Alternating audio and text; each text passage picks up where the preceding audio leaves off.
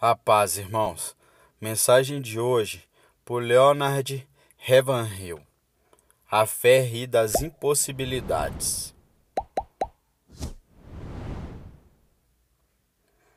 Pedro na prisão, que abalo.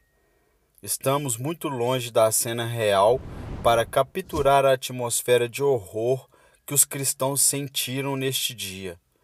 Pedro foi movido do Pentecostes para a prisão, dos insultos para a lança. Ele foi guardado por 16 soldados. Pergunte a si mesmo o porquê de um homem indefeso necessitar de um semelhante grupo para vigiá-lo. Poder-se-ia ser que Herodes temeu o sobrenatural, visto que ele soube que Jesus escapou de um grupo semelhante que o guardava? Se Pedro tivesse sido cercado por 116 soldados, o problema não seria aumentado, nem a fuga seria menos certa. Pedro não estava confinado somente pelas duas correntes, mas também pelas grossas paredes da prisão, pelas 3 divisões da prisão e, finalmente, por um portão de ferro. Quando Pedro estava na prisão, a igreja organizou um plano para libertá-lo? Não.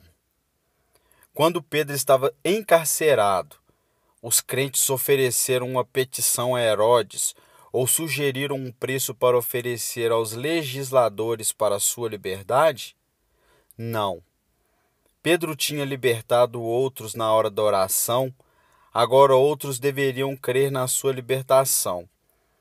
Com frequência, através do livro de Atos, que poderia ser chamado Os Atos da Oração, encontramos oração e mais oração. Escave no livro e descubra este poder que motivava a igreja primitiva. No capítulo 12 de Atos, encontramos um grupo que orava. Apesar de um exército acampado contra Pedro, nisto aqueles crentes confiavam. Havia um Deus que poderia e que livraria. A operação de resgate que nunca falhou foi a oração. Não havia limites nas orações daqueles que fizeram intercessão por Pedro. A oração era feita sem cessar pela igreja a Deus por ele. Eles não estavam preocupados se Herodes morreria ou não. Eles não oraram para que eles pudessem escapar do destino de Pedro. Eles não pediram que eles tivessem outro êxodo para uma nação mais hospitaleira. Eles oraram por uma pessoa, Pedro. Eles oraram por uma coisa, sua libertação. A resposta provou o prometido. E tudo o que pedirdes na oração, crendo, o recebereis. Alguns pobres intérpretes desta história têm disto que quando aqueles que oravam ouviram que Pedro estava à porta, não acreditaram. Eu não posso aceitar esta suposição. Estou certo de que eles oraram com esperança. Eu gosto de pensar que eles ficaram por um momento chocados com a instantaneidade da resposta. Eles poderiam ser escusados se tivessem levantado suas sobrancelhas quando Pedro disse: Eu escapei facilmente com a escolta de um anjo. Próxima vez que você passar na porta mágica automática em seu supermercado, lembre-se que a primeira porta a abrir-se de seu próprio acordo foi funcionada de cima. Libertações operadas por anjos parecem não encontrar lugar na nossa teologia moderna. Talvez gostaríamos que o Senhor respondesse nossas orações com o mínimo embaraço para nós. Além do mais, quem esperará que as filas angelicais sejam perturbadas para trazer libertação a uma alma que ora? Porém, aconteceram resultados sobrenaturais para muitos dos santos que oravam nos dias apostólicos. O Senhor usou um terremoto devastador para a libertação do apóstolo. A oração é uma dinamite. Não há nenhuma arma fabricada contra a oração que possa neutralizá-la. Algumas coisas podem atrasar as respostas à oração, mas nada pode parar o supremo propósito de Deus. Se tardar, espera-o. O primeiro requerimento na oração é crer. Crer que Deus é galardoador dos que o buscam. Crer que Deus está vivo e que, portanto, tem poder não somente para a libertação de Pedro, mas também para a nossa. Crer que Deus é amor e que Ele tem cuidado dos seus. Crer que Deus é poder e, portanto, nenhum poder pode opor-se a Ele. Crer que Deus é verdadeiro e, portanto, não pode mentir. Crer que Deus é bom e que Ele nunca abdicará seu trono ou falhará em sua promessa. Refletindo sobre a história de Pedro, fui repreendido, humilhado, envergonhado e atormentado. Por quê? Porque há grandes santos de hoje em dia, Watchman Nee, por exemplo, que por anos têm sofrido e têm permanecido cativos pelos comunistas e outros. Muitos dos santos de hoje estão quietos na prisão. O mesmo destino tem sucedido a algumas testemunhas escolhidas de Deus no Vietnã e em Congo. Tais perigos a outros membros do corpo demandam preocupação, concentração e consagração para um plano comprometido de oração em favor deles. Eu temo que orações não têm sido feitas a Deus sem cessar por estes sofredores membros da família. O Sr. Bunyan nos mostra seu cristão cativo pelo gigante desespero no castelo da dúvida. A chave para sua libertação foi promessa.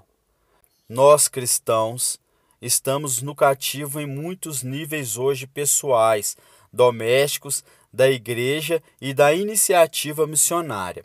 Mas as correntes se quebram e as masmorras caem quando a oração é feita pela igreja a Deus.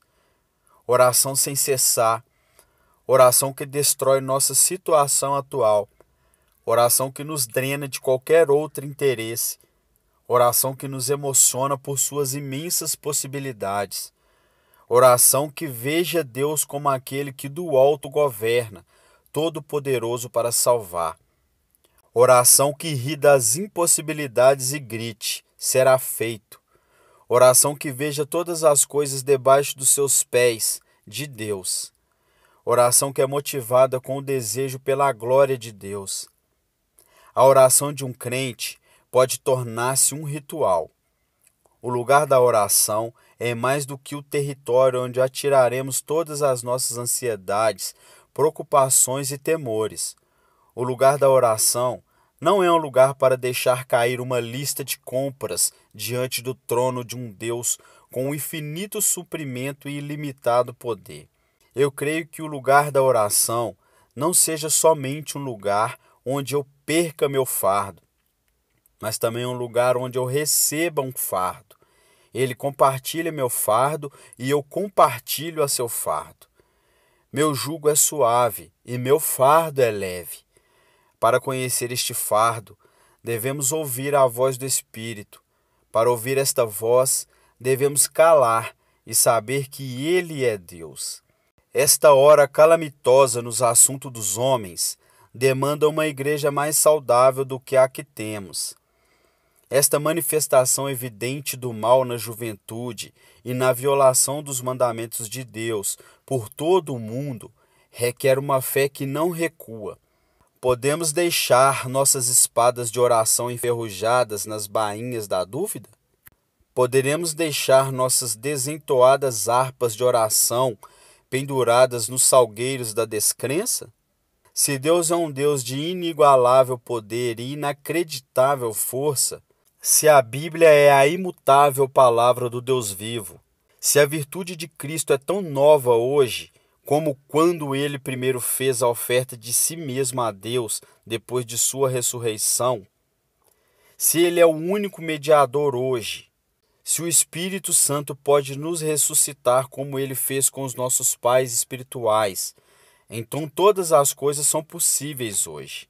Os mares estavam agitados, os ventos estavam uivando, os marinheiros estavam chorando, os mastros estavam voando, As estrelas estavam escondendo-se, o euroaquilão explodindo. As pessoas estavam encolhendo-se e gritando, gemendo e suspirando. Somente um homem estava louvando. Todos estavam esperando a morte, exceto Paulo. No meio de uma cena de desespero, se alguma vez houve uma, Paulo clamou: Senhores, eu creio em Deus. Atos capítulo 27.